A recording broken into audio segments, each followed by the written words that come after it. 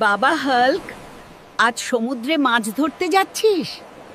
যাওয়ার আগে একটু খেয়ে নে। ঠিক আছে দিদা, তোমার কথা তো আর ফেলতে পারি না। খেয়ে নিয়েই যাচ্ছি। খেয়ে দিয়ে হাল্ক বেরিয়ে পড়ল সমুদ্রের মাছ ধরার জন্য।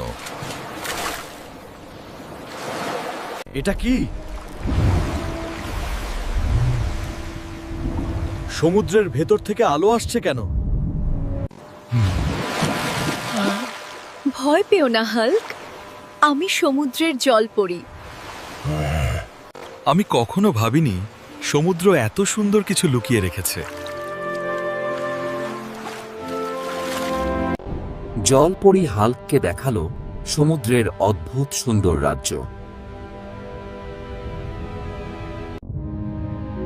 হাল্ক, তুমি কি আমাকে বিয়ে করবে?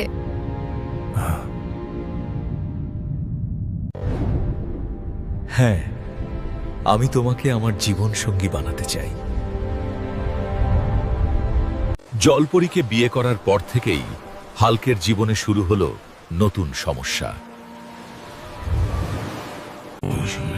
বাবা হাল্ক, মানুষ আর জলপরীর সংসার কি সত্যই টিকবে?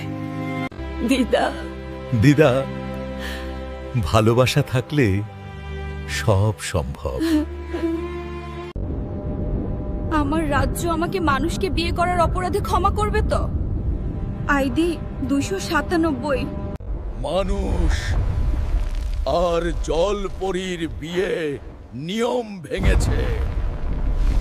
সমুদ্র রাজা রেগে গিয়ে গ্রামে বিপদ নামিয়ে আনল।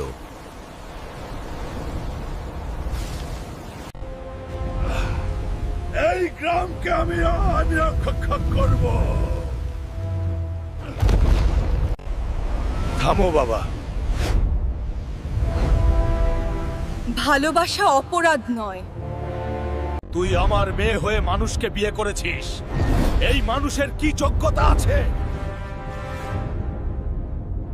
রাজামশাই, আমি আপনার মেয়েকে অনেক ভালোবাসি। আপনি যা বলবেন আমি তাই করব, কিন্তু ওকে আমার কাছ থেকে ছিনিয়ে নেবেন না। বেশ, যদি তুমি সমুদ্রের তলদেশ থেকে সোনার মুক্ত নিয়ে আসতে পারো, তাহলে তোমার বিয়ে আমি ধুমধাম করে দেব, আর তোমাকেই বানাবো সমুদ্রের রাজা। না হাল্ক, তুমি যাবে না। ওখানে সমুদ্রের দৈত্য আছেও তোমাকে মেরে ফেলবে।